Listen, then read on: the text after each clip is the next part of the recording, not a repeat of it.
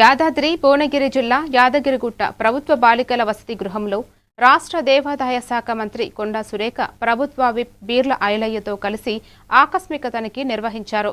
విద్యార్థినుల గదులు, భోజనశాల, వంటగది, బియ్యం, పప్పులు, నూనె, కూరగాయల నాణ్యతను పరిశీలించారు. మరుగుదొడ్లు, త్రాగునీరు, పరిశుభ్రత, విద్యుత్, భద్రతా ఏర్పాట్లను తనిఖీ చేసి అధికారులకు పలు సూచనలు చేశారు. విద్యార్థినులకు నాణ్యమైన వసతి, భోజన సౌకర్యాలు కల్పించాలని ఆదేశించారు. కులముల అభివృద్ధి శాఖ బాలికల వసతి గృహం యాదగిరిగుట్ట.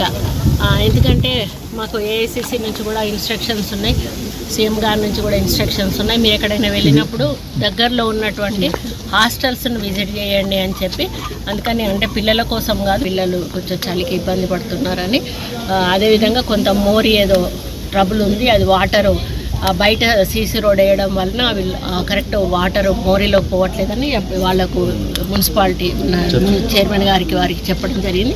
వారు ఇమ్మీడియట్గా చేస్తామన్నారు. అదేవిధంగా స్టడీ చైర్స్ ఒక 10th పిల్లలకే ఇచ్చారు, మిగతా వాళ్ళకు లేరు. అంటే మన స్థానిక విప్ గారు ఏసీపీ గారికి ఎవరన్నా తనే డొనేట్ చేస్తారో మరి ఎవరితో డొనేట్ చేపిస్తారో 100 చైర్స్ కూడా వారు ఇస్తామని ఒప్పుకోవడం జరిగింది.